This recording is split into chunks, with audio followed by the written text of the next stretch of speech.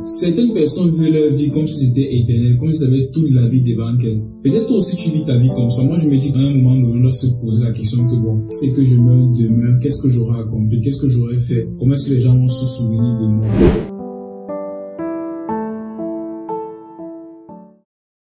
Bonjour à tous Africains, Habari, Nagader, Beauté, Anisokoma, Choumo, Afongadia, bienvenue sur la chaîne Africaine en parle Afrique. Je me nomme Ismaël Badjam, cette chaîne, mon but c'est d'élever l'esprit des jeunes Africains car je me suis rendu compte que la jeunesse africaine est un peu fermée d'esprit. Tu vas comprendre pourquoi au travers de mes contenus. Donc ce que l'on fait ici c'est quoi? Nous informons, nous déformons et nous transformons quand il n'y a pas de transformation sans déformation. Donc le fait dans le but d'élever l'esprit des jeunes africains pour une jeunesse africaine ouverte d'esprit et consciente de son potentiel. C'est très très important.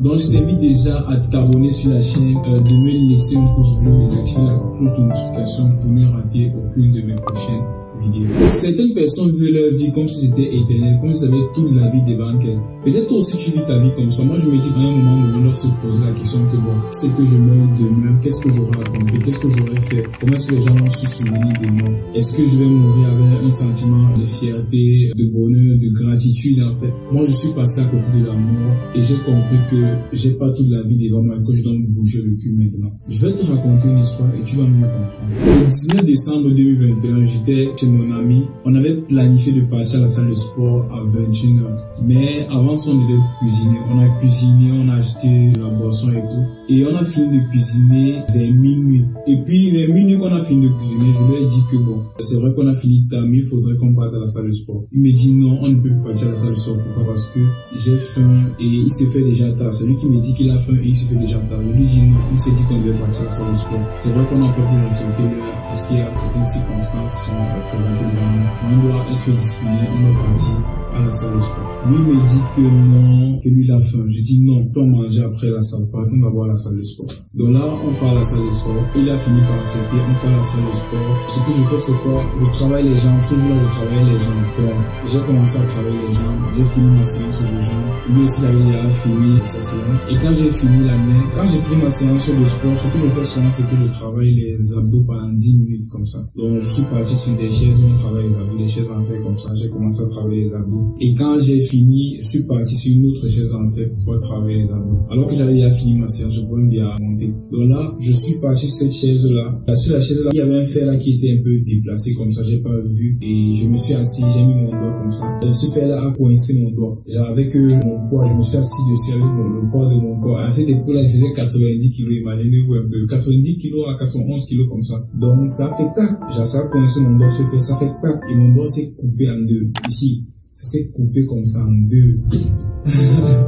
Et j'ai appelé mon ami là, je lui ai dit, Babana, j'ai coupé mon doigt. Il est venu, quand il a vu ça, il n'avait pas quoi, il a mis la main sur la tête et il s'est tourné. Et en fait, et puis il était déjà 1 heure comme ça, on m'a envoyé aux urgences. Après 2 jours comme ça, c'était vraiment de la galère, c'était un calvaire. Après 2 jours, on a opéré mon doigt finalement, après on a bien fait, après des mois, mon doigt a pu se recoller. Moi, je pouvais même pas imaginer un jour que ce doigt allait se recoller comme ça. Donc, je vais vous dire pourquoi je vous raconte cette histoire. En fait, je vous raconte cette histoire pour que vous preniez conscience, c'est quelque chose de très important que cet accident m'a appris. Ce jour, j'ai compris que je dois vivre comme c'était mon dernier jour sur terre. J'ai compris que j'ai pas toute la vie devant moi. J'ai compris que je peux me lever un matin, j'ai pas la possibilité de faire des choses que je devais faire, de concrétiser certains rêves, de concrétiser certains projets, de concrétiser certaines idées qui sont en moi depuis, de faire des choses que je dois faire et que je ne fais pas depuis, de devenir par exemple la meilleure version de moi, la personne que je suis devenue depuis. J'ai compris que mon temps est limité sur terre et que je peux mourir à tout moment. Donc peut-être que toi aussi tu as des choses à faire, je sais pas trop ce que tu as fait, peut-être tu as des projets, tu as des idées, tu as des tout ça. Mais à chaque fois, tu remets à plus tard, tu essaies de procrastiner sur le temps, tu restes comme ça, et tu te dis que non, tu vas faire demain, tu vas faire demain. Mais sache que frérot, tu n'as pas la vie devant toi. Tu peux te lever un jour, tu meurs, tu peux mourir même demain. Ton temps est limité, tu peux te lever, tu n'as plus la possibilité de faire ce que tu pouvais faire peut-être il y a 1 an ou il y a 2 mois. Moi par exemple, le jour là c'était mon doigt qui s'était coupé, mais ça pouvait être la mort, ça pouvait être mon bras qui pouvait partir. Et là j'aurais plus la possibilité de faire certaines choses que j'étais censé faire ou c'était de concrétiser certaines idées. Donc il faut vivre chaque jour comme c'était le dernier jour sur terre, comme c'est son dernier jour sur terre, le dernier jour de sa vie.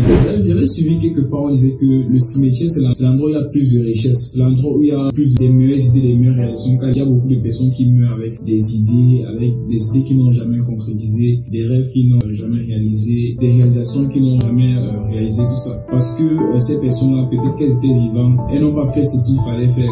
Elles ont essayé de procrastiner, de remettre à plus tard, croyant qu'elles ont fait la vie devant qu'elles pourront faire demain. Alors que c'est pas le cas, on n'a pas la vie devant nous. Donc il faut essayer de vivre chaque jour comme ce dernier jour sur terre, de tout donner aujourd'hui et de faire tout ce que tu peux faire aujourd'hui. Et te dire que non, que demain n'existe pas dans ce monde. Parce que demain tu peux mourir, un peu comme moi. Moi j'avais coupé mon doigt, mais je pouvais mourir. Cet accident m'a fait comprendre également que je suis en quelque sorte seul au monde. Ça veut dire quoi? Mon doigt s'était coupé, ce n'est ni ma mère, ni ma soeur, ni mon père qui ressentait la douleur. C'est moi qui ressentais la douleur. Donc je suis responsable de tout ça, je suis responsable de ma vie et je ne dois donner l'approbation à personne. Je dois laisser personne décider pour moi, pour ma vie, ou pour ce que je dois faire, ou bien prendre des décisions. Parce que je suis responsable de ma vie, je suis responsable de mon bonheur, je dois attendre l'approbation de personne pour faire certaines choses. Je dois même pas écouter ce que les gens me disent, mais je dois d'abord m'écouter, car beaucoup de personnes dans la vie échouent même certaines choses avant de faire. Pourquoi? Parce que elles sont toujours en train d'écouter les proches, des entourages, elles sont toujours en train d'écouter les critiques des gens et tout ça. Et j'ai le souci du regard des autres, du quand dira-t-on et tout ça. Mais après,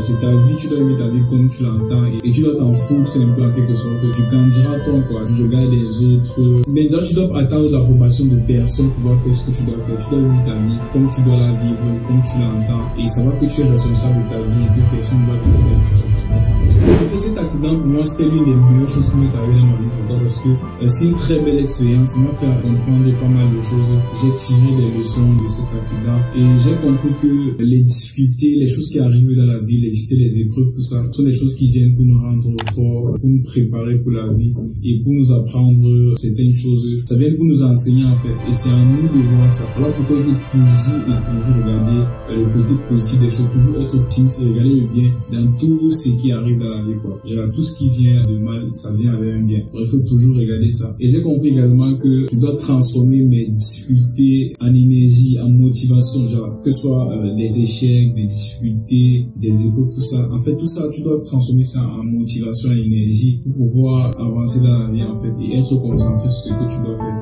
En fait, c'est ce que cet accident m'a appris. Quand j'ai eu cet accident, je pouvais bien rester là à me plaindre tout le temps que oh, c'est comme ça, j'ai mal et tout ça et tout ça.